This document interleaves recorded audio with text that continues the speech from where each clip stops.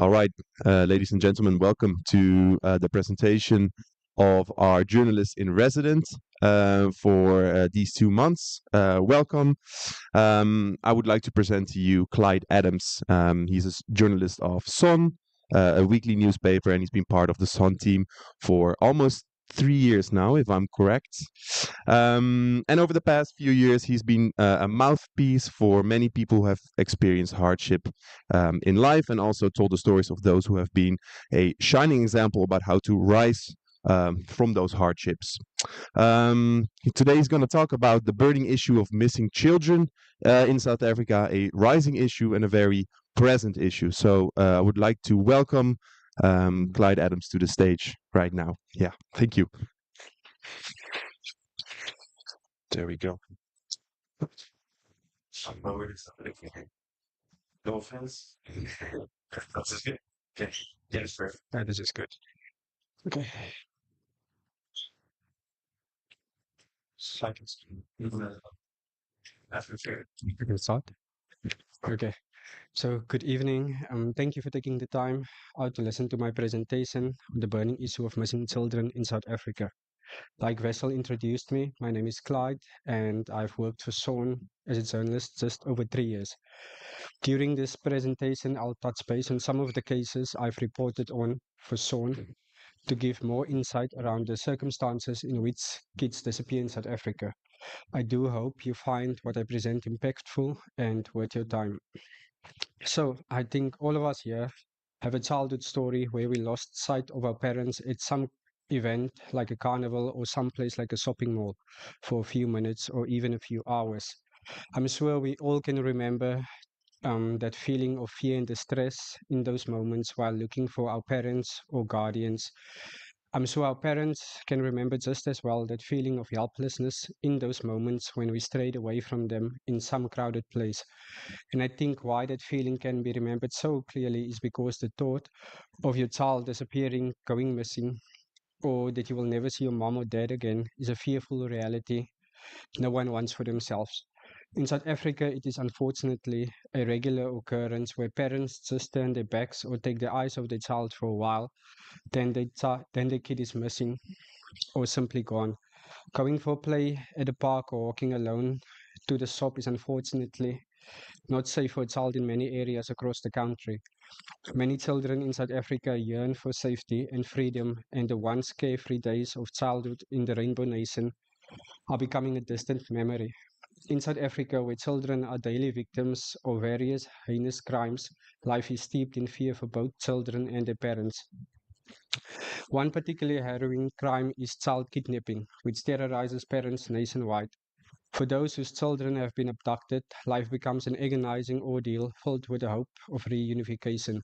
South Africa has earned its grim reputation as a kidnapping hub due to the frequency of these incidents and the inadequacies in addressing them.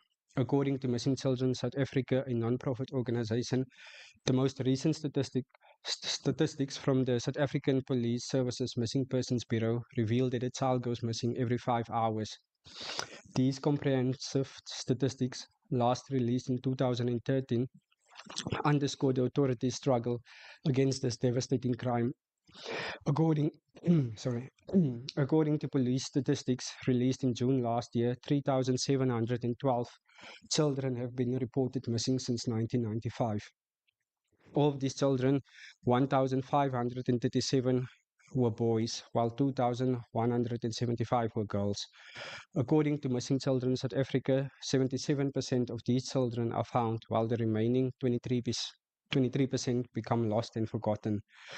These following slides are a handful of missing children cases SON has reported on since January last year. These slides, taken from our website, can give you an insight into just how frequently a missing child case is reported.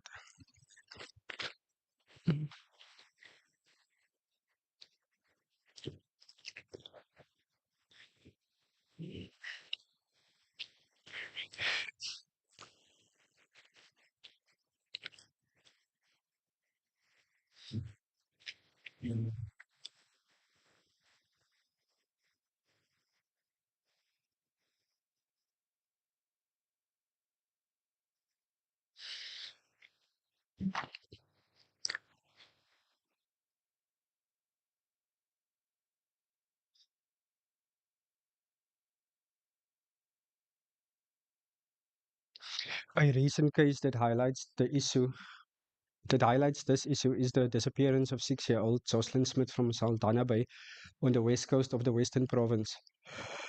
Jocelyn vanished from her home in Middelpos on February 19th and has been missing for almost 4 months. Despite extensive searches by police and community members, her whereabouts remain unknown. A 33-year-old mother, Raquel Smith, better known as Kelly, confirmed to Son in a telephonic interview that she left Jocelyn in her boyfriend's care and left home for work. Her reasons for letting Jocelyn stay out of school on that particular Monday was due to the little girl feeling ill. Kelly's boyfriend, Joernalis, better known as Buddha, then became the main suspect, but later went on national television to assure everyone of his non-involvement in Jocelyn's disappearance.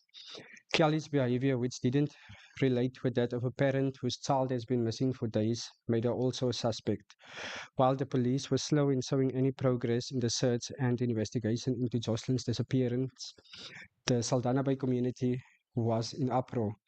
Politicians got involved and Jocelyn became the news of the day. Content creators on social media, along with politicians, grabbed the opportunity to bring awareness to Jocelyn's disappearance while boosting and advancing their social media following and political aspirations. On February 29th, the police confirmed to members of the media that Kelly and her boyfriend Buddha are not the main suspects in Jocelyn's missing case. In a shocking turn of events, Jocelyn's mom was arrested and charged along with 3 other suspects with kidnapping and human trafficking more than 2 weeks after Jocelyn's disappearance. The state alleges that Jocelyn's mother and her boyfriend, both self-admitted drug users, sold over 20,000 rand, about 1,000 euros. Kelly also has 2 more children besides Jocelyn and is currently pregnant with a 4th child, news that broke while she was in custody for her eldest daughter's disappearance. Kelly and a co-accused will appear in the Vredenburg Magistrates Court again on July 15th, and in the meantime, the investigation into Jocelyn's disappearance continues. The following video I'll play is a telephonic interview I had with Kelly 2 days after Jocelyn's disappearance. In this interview, she relays a believable version of what happened on the day of Jocelyn's disappearance.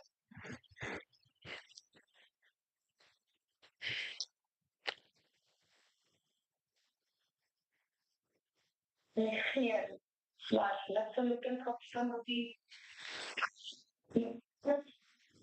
meters of the clean life having because where it comes so what is clear on a little market in the Australia the basic picture the plastic not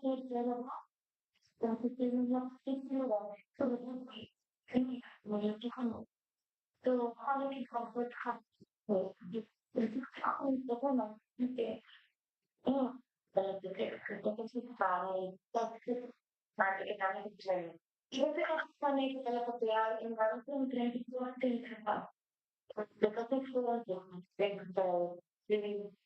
Perché se mi facciamo cose strane, anche se facciamo una inizia una fuoca nella quindi quella che è per la pure nostra tecnica, come io che se la faccio in una disco. Perché cosa fanno che cosa fanno io si dai che hai. Ok, chiama tu e fai come dopo che hai in cosa che cioè come te. Perché sono che che poi National currently recognized international and the year for I and work so can for the system of shopping. It also contributes to the thing of the complete getting down the teacher of the truth. So the competition of focus like to the class in the court now. So translation and Ariton for fun and with the it is a four, five, four silver. Yeah. The cultural of the table to an system of the fun to books for period of the dollar. Yes. Yeah, it is not a stop. Students services. Thank you for the so much of the for maybe you Ito kasi kaya DJ to PA. Ay, yung deal. Wow. Hindi ako sa ako kanati. Sumigot sa fruit ng kanya. Not much with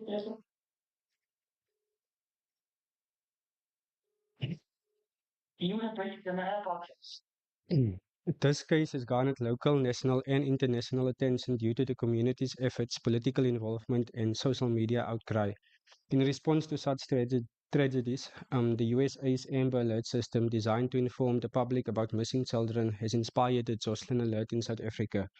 Named after Amber Renee Hageman, who was kidnapped and murdered in 1996, the Amber Alert system resonates deeply with many South African cases. Numerous children have gone missing under mysterious circumstances, some meeting brutal fates similar to Amber's. However, not all cases receive the same level of media coverage, police resources, or national concern as Jocelyn's. Jocelyn's disappearance has shed light on many other cases, rekindling hope that South African authorities will address this crime with the seriousness it demands. The ongoing search for Jocelyn symbolizes a broader fight against the scourge of child abductions and a collective yearning for a safer future for all children in South Africa.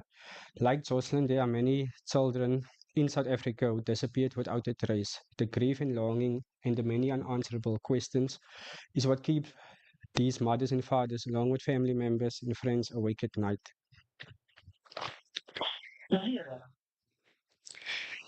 There is 6-year-old Liverno van Wyk from Uppington in the Northern Cape who disappeared after a normal day at school when he went to go play with friends near the railway line on May 31st, 2022. Apart from alleged footprints found of him along the railway line behind the Skierlik informal settlement in Louisville, no other clues have been found about the boy's whereabouts or what possibly could have happened to him. Police resources at the provincial and district level were mobilized and intensified at the time of Liverno's disappearance, but weeks after he was last seen, the search was suspended. Despite these extensive searches and the family's ongoing search for the little boy, Liverno remains missing. However, the family of Liverno remains hopeful that he is still alive, and their heartfelt prayer is that he is safe and will return home. Maxwell van Wyk, Liverno's uncle, his mother's brother, says the family is still often asked if they think Liverno is dead, but that is not the family's feeling. Maxwell says that they can't say Liverno is dead because there are still no clues that point in that direction. While praying to see his son again, Maxwell says his sister keeps herself busy with non-profit work in the community and sees a psychologist, but there are times where the longing becomes too much and then the courage collapses that she scraped together to take a life without her boy.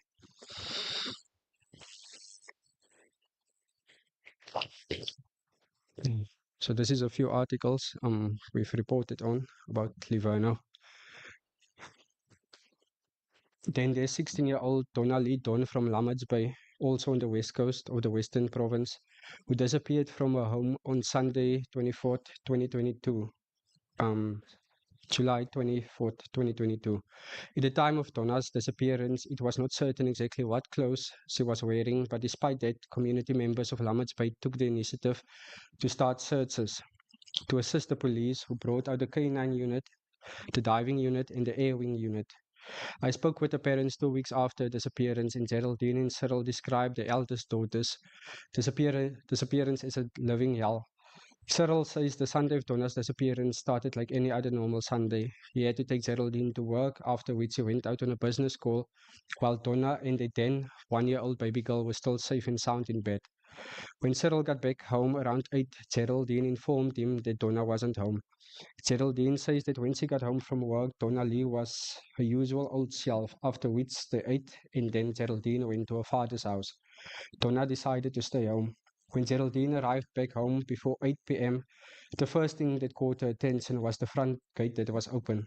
When Geraldine entered the house, she saw that Donna was not in her room, but her phone was left on charge. She immediately got a strange feeling because, according to her, Donna doesn't walk anywhere, especially not at the time of the day that she disappeared. According to the parents, a mask, gloves, and a cap belonging to Donna were found on the beach by a community member during one of the searches, and this was pointed out to the police. Geraldine says in the photo of the items she saw, it seems like it might have been placed there to be found. The emotionally exhausted parents of Donna described the daughter as a very quiet person, discreet and cut off from the world, but also a person who can stand the ground.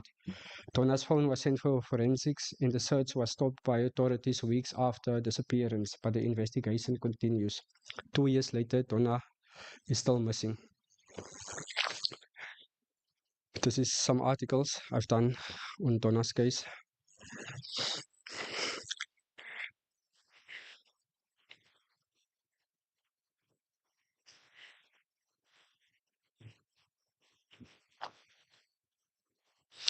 Jocelyn Livorno and Donna Lee are just three out of a handful of children who disappeared without a trace and whose family and parents' lives are filled with hope to one day see them again.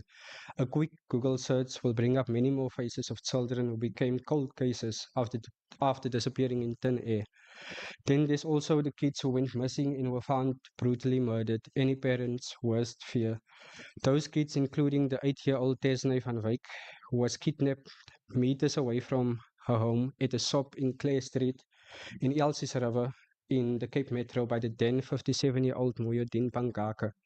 Tesnay was later found brutally raped and killed in a storm water pipe hundreds of kilometers from home. Tesnay's brutal murder opened a box of horror stories of a killer's past. In addition to Tesnay, brought justice to Moyodin's other victims. Justice has prevailed for some of those victims after decades. Judge Ellen Mahir found Moyodin guilty in October 2022 on 22 of the 27 charges he faced, including the kidnapping, murder, and desecration of Tesnay's body. The gratitude over the well-deserved punishment was clearly visible on the faces of Tesnay's parents, Carmen van Wyk and Terence Manuel, who attended every court appearance of the accused in the trial in anticipation of justice for the eldest daughter. Judge Mahir said in his sentencing verdict, the way the little Tesnay was lured away, killed and violated will always leave an indescribable great hurt and loss in her parents' lives. Terence confirmed the judge's statement that day before the court and said that the tragic death of Tesnay is something that haunts him and his family on a daily basis. This is some articles I've done on Tesnay.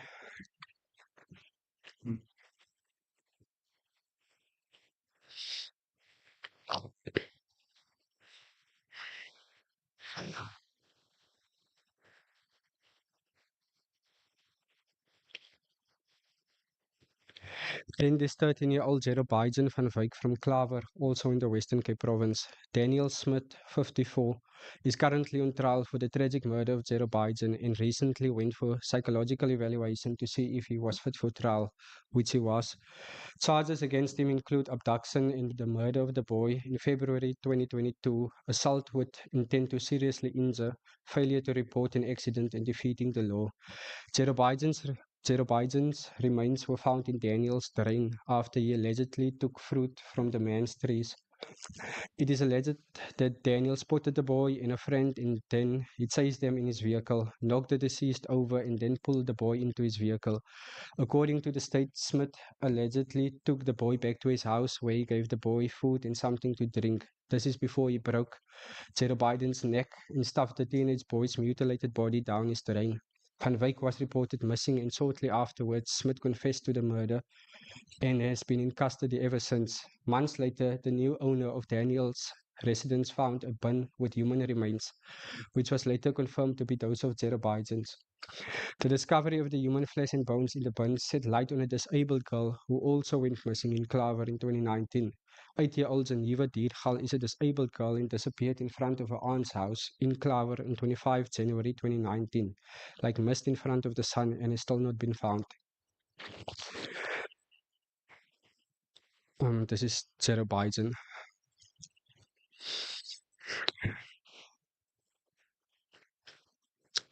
Daniel Smith.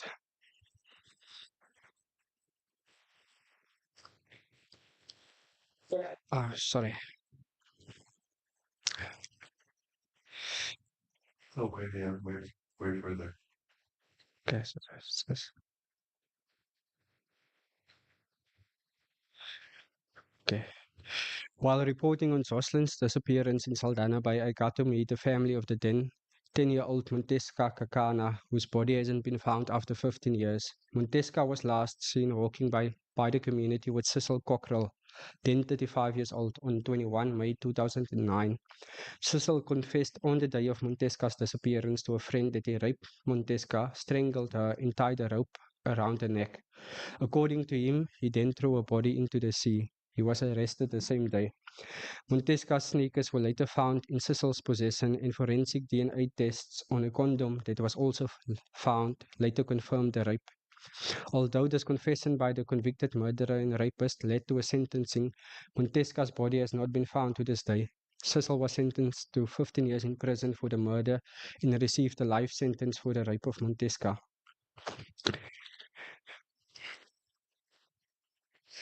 Cecil Cockrell,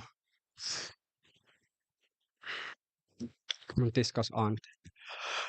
2 years after little 4-year-old Mia Botha from Paarl went missing and was found murdered in 24 hours after her disappearance on a primary school ground, her murderer is still at large.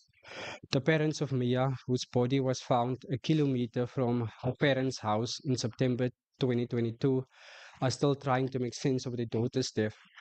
Mia, described by her parents as a sweet chatterbox who loved to play, disappeared from the park just over the road from her home. According to Mia's mother, her daughter went to play with her friends at the park, and that is the last time she saw little Mia. When it was time for Mia to come home, she was nowhere to be found. The grieving mother adds that some of Mia's friends mentioned to her that the little girl enjoyed music that was played at the park and danced to it, minutes before she was lured away to her death. Gideon, Mia's father, said when he heard that the body had been found, he hoped and prayed that it was not his little girl, but on his way to the scene, someone confirmed that it was indeed Mia. 2 suspects made one appearance in court for the murder of Mia, but was released due to a lack of evidence. No one has been arrested since for Mia's murder. Some articles I've done on Mia. Mia's mother. A funeral. The court appearance.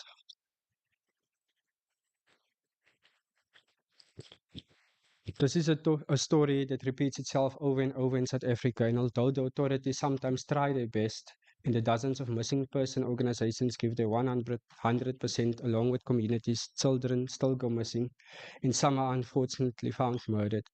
At this point, it is also clear that the police's best is not good enough. One investigating officer whose good example should be followed is that of Captain Martino Plaikis, the investigative officer in Tesne's case. This top detective is the man who left no stone unturned so that Tesne and Moyodin's other victims could get justice. The captain reaped the rewards of his hard work and thorough investigation when Tesne's killer got 9 life sentences. In an interview with the exceptional Plaikis, he said that he will not easily forget Tesne's convicted murderer and the then 57-year-old man's other rape victims, which also included family members. Plaikis, who has been employed by the South African Police Service for more than 3 decades, doesn't mince his words other than to describe Tesne's murder investigation as a headache, and that he never imagined that the killer's dark past would be exposed in front of him. Plaikis said shortly after the murder of Tesne in February 2020, he didn't even know where to start and had to sit down first and work out a starting point. The detective says he quickly realized that the murder case of Tesne was not going to be just that, but that something much bigger was waiting on him. Today, Plaikis knows the identity number of the convicted murderer and serial rapist by heart, as well as his dark past in detail. Plaikis believes that Tesne's killer is the most dominating criminal he has encountered in his career. He said the way he lived with the woman and children in his life is unimaginable. Plaikis said the community's assistance and support, as well as that of his colleagues at the beginning and throughout the investigation, contributed to the successful prosecution of Moyodin. There was a boy around 10 years old who was a key witness, and there were guys who came out of prison cells to testify in Tesne's case. Moyuddin's twin sister was also a key witness. He adds that such cooperation between communities and authorities leads to such prosecutions and sentencing.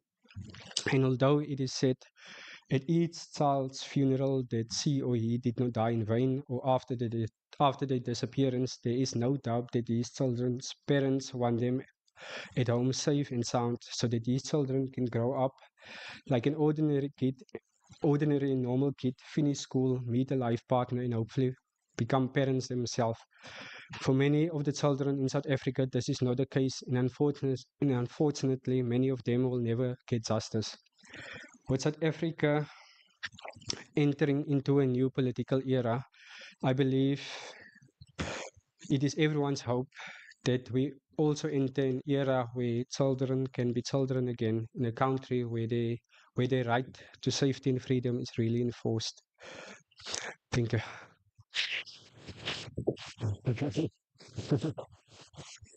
Okay.